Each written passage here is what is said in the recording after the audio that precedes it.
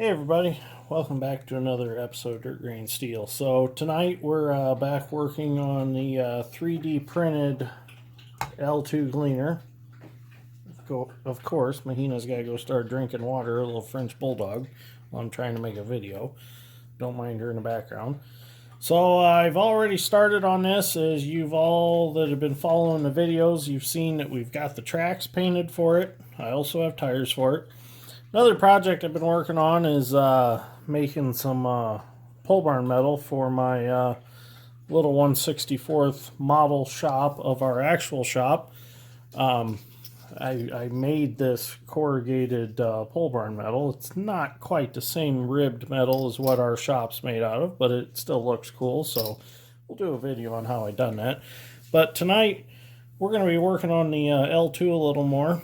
So what we're going to get started with is the cab interior. I want to get that painted and get that drying. First we have to do a little trimming on that piece. And then we're going to start painting some of the black this evening on the feeder beater housing, and we'll start on the actual body of the combine. And then we'll paint a few other things that are supposed to be black. So let's get started. I'm going to get set up here. I've got some Model Masters gloss black that I'm going to be using for the black, and Model Masters chrome silver that I'm going to be using for the galvanized. And the best I could come up with, my cab is saddle tan on my L2, but the best I could come up with was military brown, and I think this is going to work just fine. If I was an expert modeler, I'd probably know how to mix my own paint. But I looked all over for saddle tan, and I just couldn't come up with anything in a model paint. So I just said, you know what, the military brown is close enough. We'll run with it. So let's get started.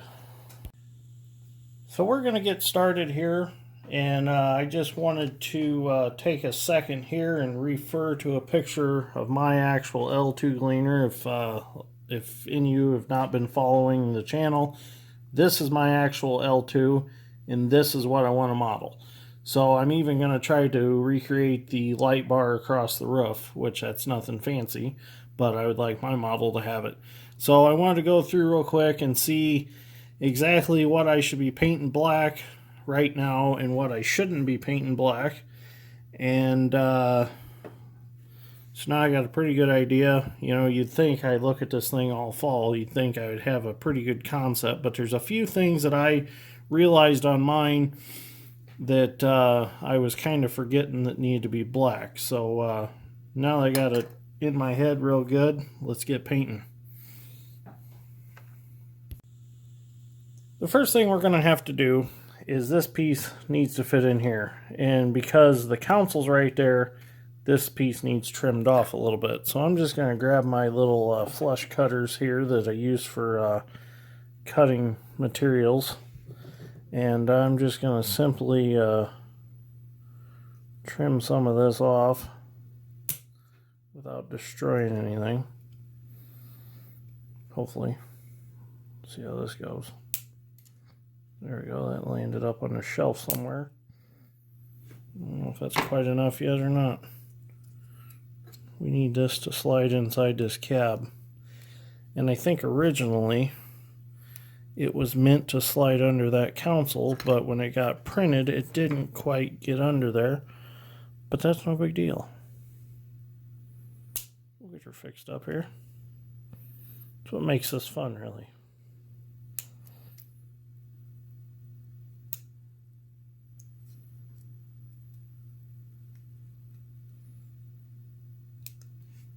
Okay. Now it should fit up under there, or fit beside there. Oh yeah, look at that. Might need to trim just a little bit more. Oh no, there it goes. Okay. So there we have our little cab put together. So let's go ahead and we can get this painted up here, and we can reach inside this cab and do a little painting. The whole interior of the cab should be brown. I was going to attempt to put some windows in here, but I don't know if I'm going to be able to do it. So we might just paint it. So let me get a brush and get our paint we need. We're going to get started painting this right here. See how this looks. It is a little dark, but it'll dry a little lighter.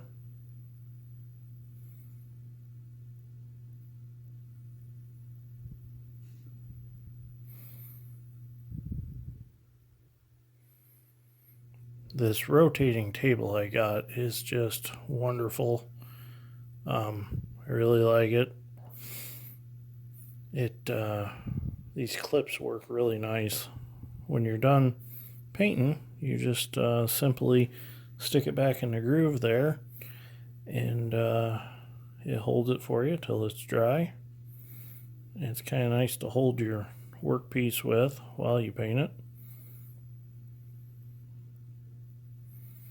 This is going to look really nice when it's done.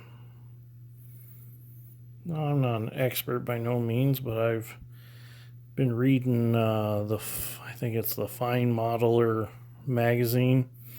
I think it's produced by the Model Railroader, the same editor or whatever, and I've been getting some pretty good ideas out of there on painting some of this stuff. I mean, a lot of the stuff in there is more based on automobiles and military stuff, but a lot of that paint work and stuff like that really carries over into the agricultural equipment side of things, like the weathering and stuff like that.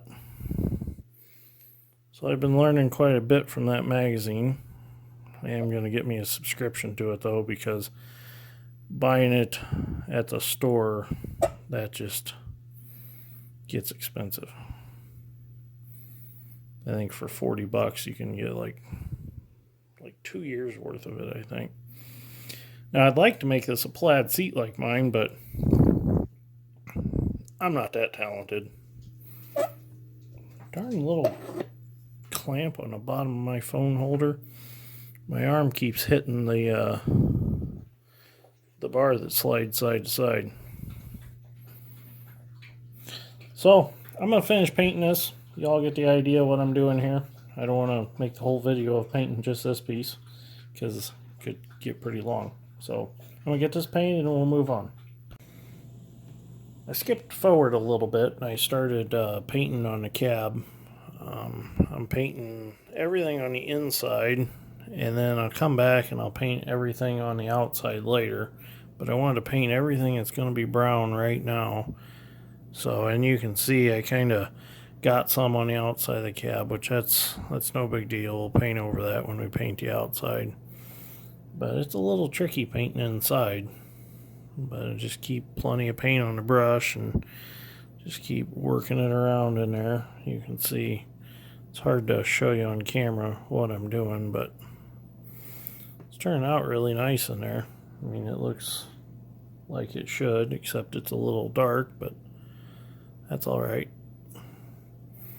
I guess it can't be perfect. So when we get our white on the outside done, that brown outside will disappear. But I wanted to get it, make sure I got it up to, like, if the windows are in there, it's up to the glass brown like it is on the real machine. So it's going to be real nice when it's done. I got this feeling it's going to be pretty nice. It's going to look like the real combine sitting here, or pretty close to it. You can only, I guess, detail so much in 1/64. I know some guys do a really, really good job of almost getting them absolutely lifelike, but there's only so much you can make so small. Like, I don't know if I'll be able to make this instrument panel over here look exactly like the real thing, and I don't know if you'll see it anyways if you look in the cab. I need like a little bitty, like that show George Shrinks. I need him to go in there and paint that for me. I do want to make sure I don't have any big globs of paint on the outside. We'll paint this post right here. Now when we come over the outside with our white coat of paint, this will all just kind of marry in together and I think look really nice. I'm sure there's guys watching this that are like, what the hell is he doing? He don't have a clue what he's doing. And you're right, I really don't have a clue what I'm doing. Just faking it till I make it is what I always say. It takes patience to do this, that's for sure. Patience that I never thought I even had. But I'm here doing it. And I think I'm doing a good job at it. Get the floor painted here a little bit. Most of that gets covered, but we need to paint at least across the bottom of the windshield here. I know it kind of looks like a mess, but it's going to look like a mess till we get that white coat on there.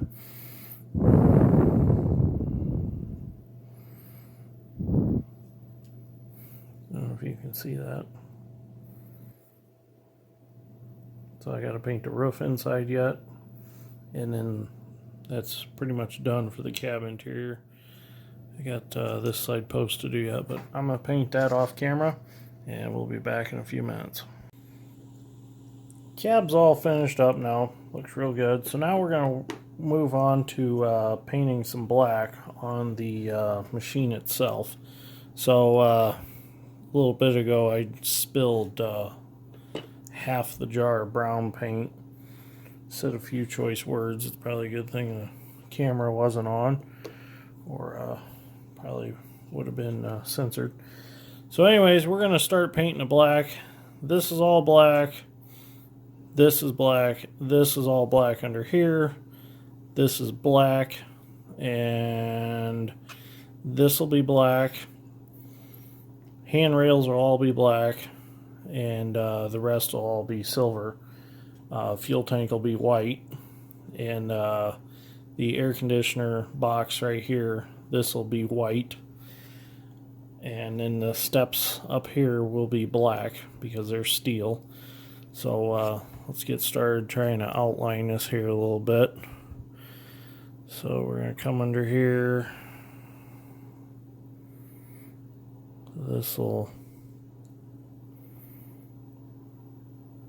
all be black.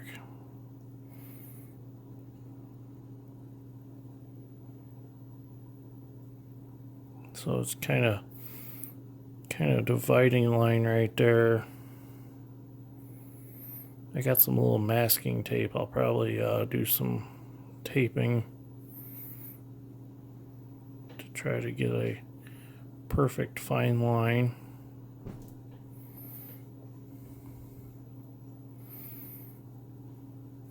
Part of this is not black.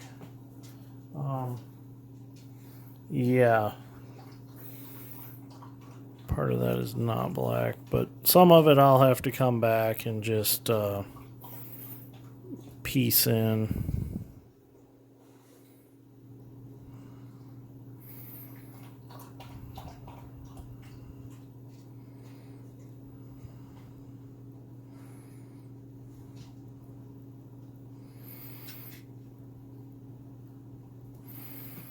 But I'd like to get most of it right off the bat.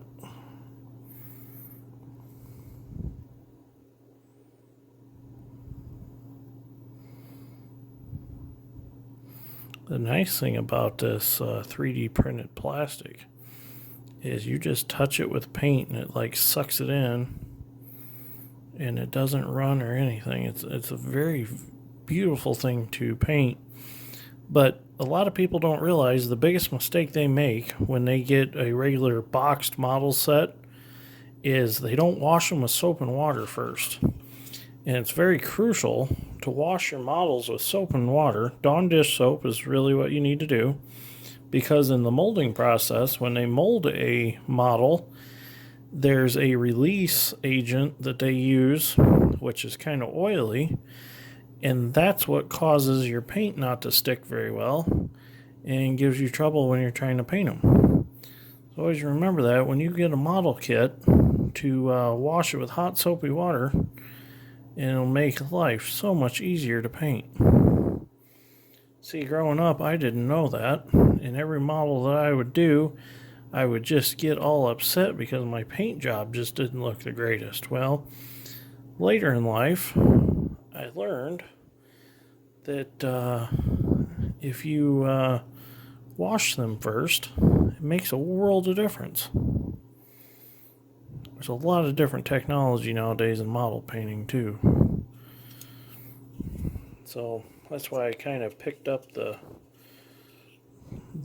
thing of doing it again.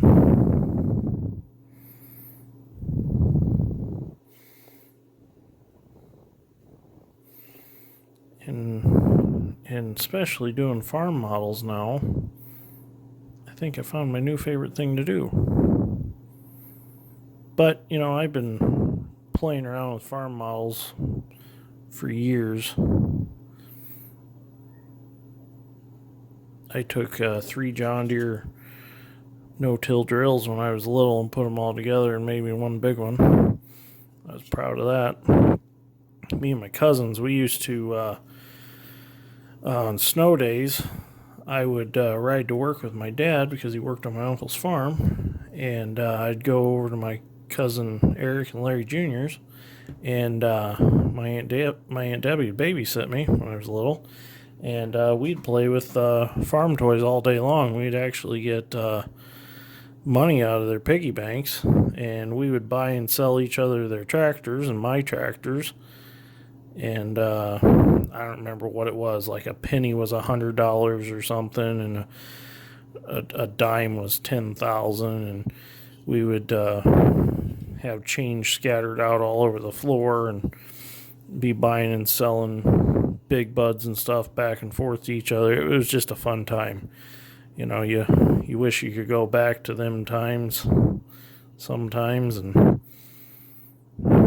I guess we never really grew up. Our toys just got bigger and money turned into a real thing, and just the good old days of snow days and running around having fun, you know.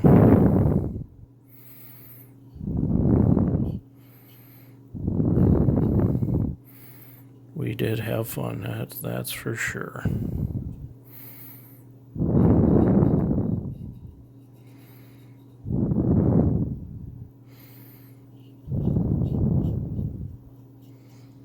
So this is turning out really nice. I'm really happy with it so far.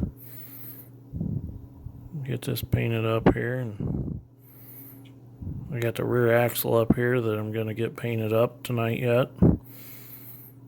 So like I said, this is going to be a few part episode, or a few part project of episodes, so everybody keep watching.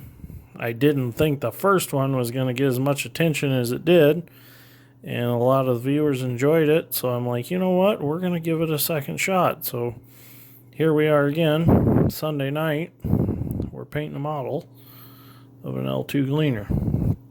Now, I hope a lot of you tuned in for this morning's Sunday service of reading Mike Mulligan and Mary Ann.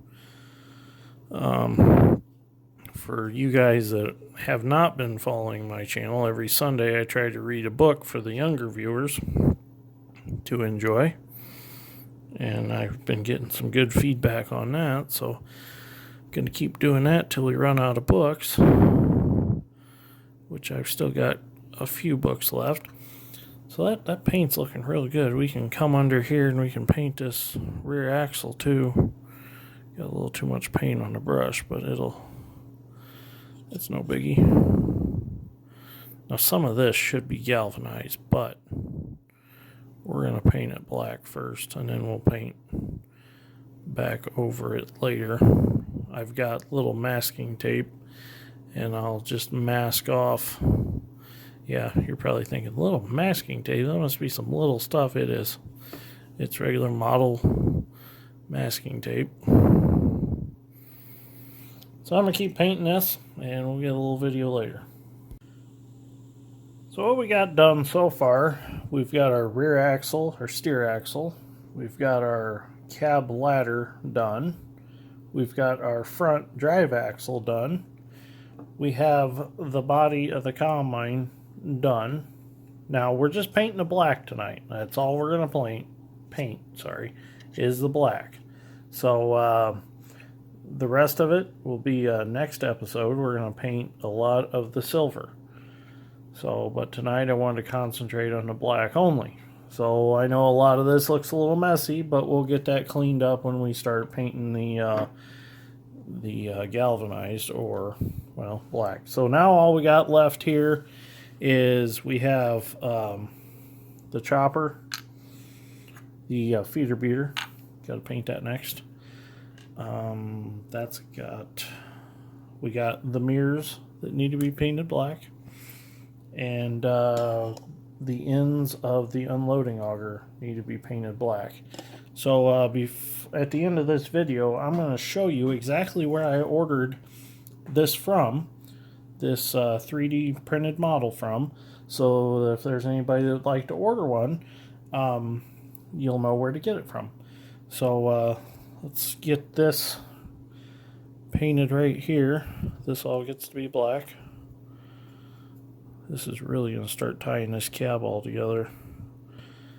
I got a little too much paint in my brush.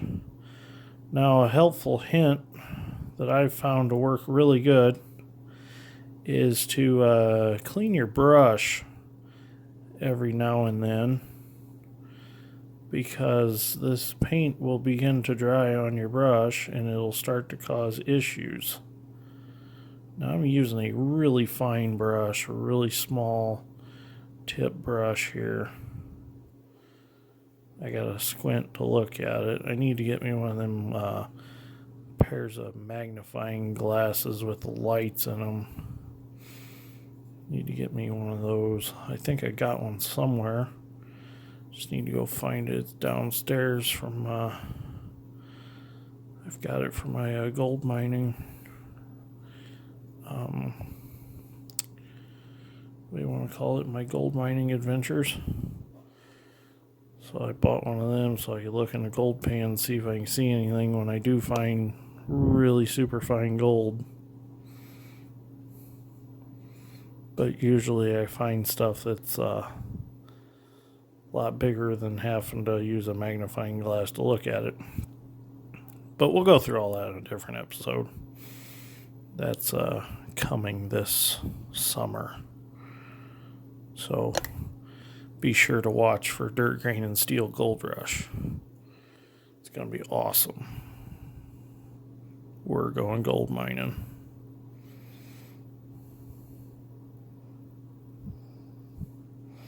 Am I holding that too far or too close to the camera?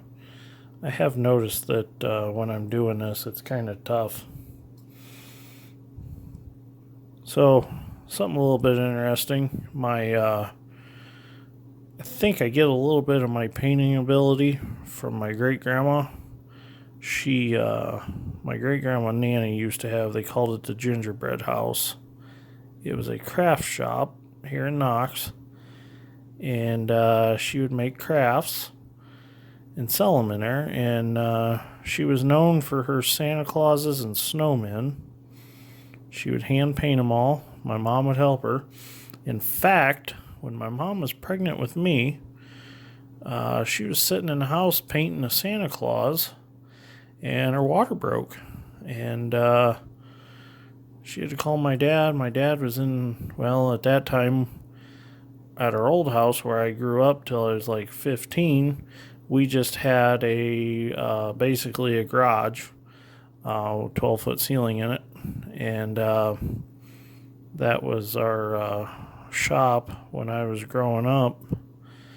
And she called my dad in. They went to the hospital, and next thing you know, you got me. So all the stories you've heard about me being found on a rock, that's not exactly true. But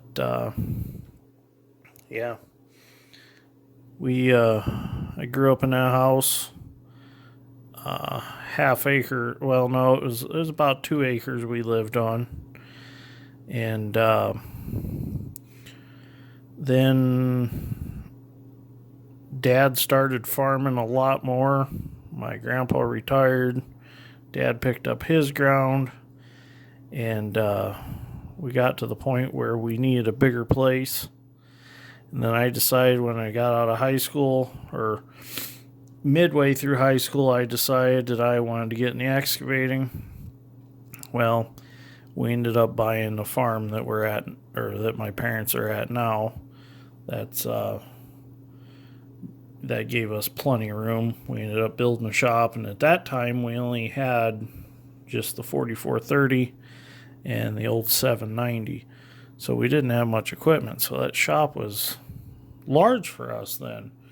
Well, now we're starting to outgrow it pretty good.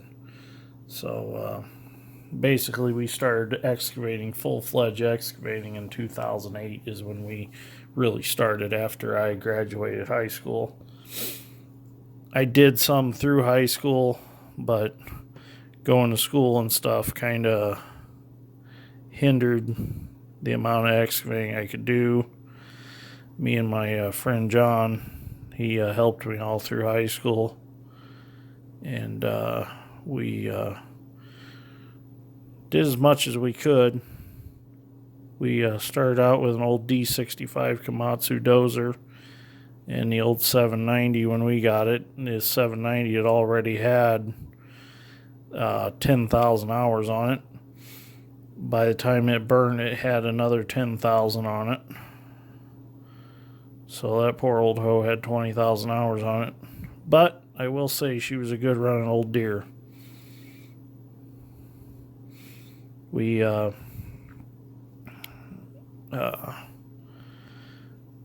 ended up, after the 790 burnt, we got the 270.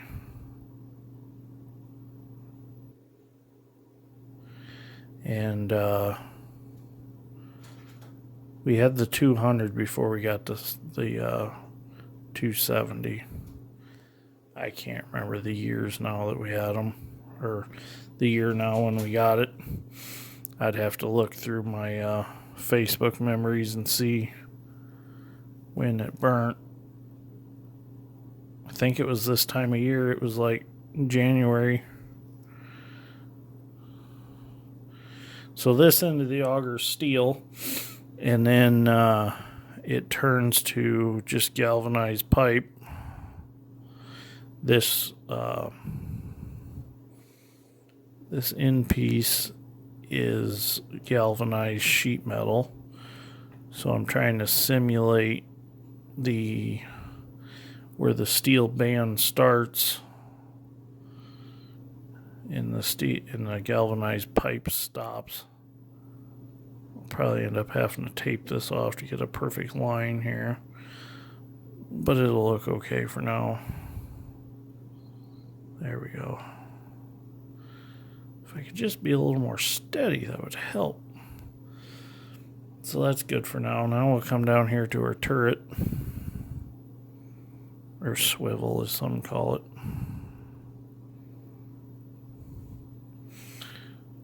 So I guess what I'm telling you is where our big shop is now is not exactly where I grew up.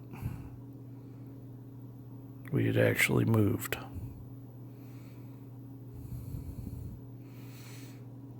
And at our old house, I had a hell of a sandbox in the backyard. And in fact, I'm wanting to build me a new place behind where I grew up. Got a nice plot of ground back there that I could build on. So hopefully maybe, well, with all the stuff with the election going on, I don't know. I was really hoping to get a house built here soon. I don't mind the one that we're in now. It's just that I want a big basement so I can get my train layout started. I've threatened to take the 24 by 24 garage that this house now has attached to it, and I've threatened to make that into my place for my train layout. Make it a big living room. So anyways, I gotta quit rambling on.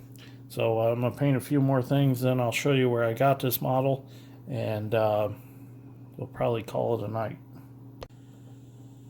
Okay, we are totally done painting everything that's got to be painted black. Got the mirrors done. I got the feeder beater here. It's I was running out of clips to put them in, so I got the feeder beater all done. So I'm done painting for the night. I can't sit here and squint anymore at these small pieces. So what I'm going to do is I'm going to move on to giving my tin for my pole barn another coat of paint. And I wanted to share with you where I got this model from. So, as you can see here on my iPad, Hulker's Farm Toys by Timothy Hulker, however you say it. Sorry if I pronounce it wrong. But go to shapeways.com, and I typed in Gleaner combines, and it comes up with Timothy's store on here. So he has a lot of Alice Chalmers stuff on here. So if you're an Alice fan, come see him, because there is a lot of Alice stuff on here. Now, my combine is, I'll show you here. Let me find it. But I think I'm going to order this set of tracks next, because this is the 25-inch set. This is a bigger set than what I have just showed you how to put together. There's a straight L. There's a F on here. He's got in series. I want to get them all. I want to do them all, because I'm having fun with this one, and I just like to just do them all. Even though I don't have them in real life, I'd still like to build them. He's got the F and G cabs, different heads. Ooh, I think he's got a self-propelled forage harvester now too. Grain dryer, that's pretty cool. He's got fenders. Everything is 1/64 on here, unless you specify otherwise. So I was going to talk to him, because he has a Facebook too. You can look him up on Facebook. I was going to talk to him about making me a 1/16 scale Gleaner combine. So here's an L2, L3, L4. This is not the particular model that I bought. Oh yeah, it is. L2, L3, two-wheel drive. So yeah, this would be the one that I am putting together right now. It's $85, and trust me, I think it's worth it. Well, if you want one of these, it's the only way I think you're going to get it. Now, I do believe he sells these already put together and painted. You'd have to probably talk to him about it, but I think the funnest part is putting it together. But here's the M's. M3 two-wheel drive, M2 two-wheel drive. I think these are just beautiful after they're done. But yeah, I think they're awesome. I want them all, so I think I'm going to order them all. And when you order, I didn't see this, and I should have seen this, but he said everything I have is always going to be S gauge or 1/64 scale unless otherwise specified. If you purchase a piece, please ask about decals, as I may have them here. They will go with the purchase of your kit only if you message me. And I totally missed that. I wish I would have read that. I did end up getting decals for mine, so I am going to get them. I don't remember what company I ordered them from, but I think he might be associated with them anyways. So next one I order, I'm going to message him and ask him about decals. So anyways, this is where I got it. Just go to shapeways.com, type in your you want a Gleaner combine, and find him. He's the man that's got them, and get one ordered. So anyways, if you like this episode of Dirt, Grain, and Steel, give me a like and a subscribe if you want to keep following this cool little project. I know it's a little off to what we usually work on this channel, but it's fun and relaxing. So I can't wait to get masking tape on this, get straight lines going, and get my other stuff painted on it. So anyways, if you like this, give me a like and subscribe, and I will see you all on the next one. Thank you for watching.